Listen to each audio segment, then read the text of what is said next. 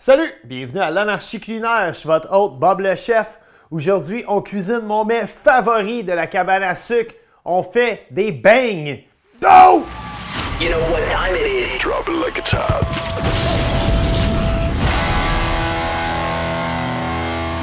Nos beignes d'aujourd'hui ont une petite particularité. En fait, on fait des beignes aux patates. Oui, on va mettre des pommes de terre dans des beignes, OK? On a déjà ici une grosse pomme de terre qu'on a simplement coupée en cubes et qu'on a cuite à l'eau bouillante, qu'on va réduire en purée à l'aide de nos pipes de bras et bien sûr d'un pile patate. On a un deuxième cul de poule dans lequel on va se casser 2 œufs, 25 ml de beurre fondu et puis une tasse de sucre. On veut fouetter vigoureusement environ 2 à 3 minutes afin que le sucre se dissoute bien dans l'œuf. On va ajouter nos pommes de terre à ce mélange. On va mélanger légèrement. On va ajouter environ 400 ml de farine blanche.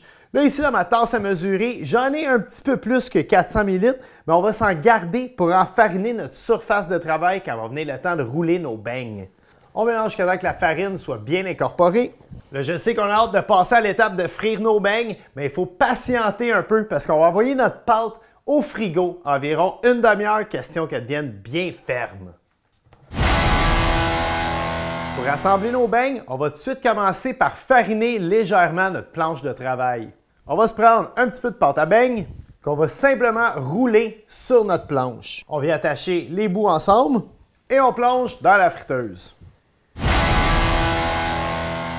Notre beigne est bien doré, c'est signe qu'il est prêt.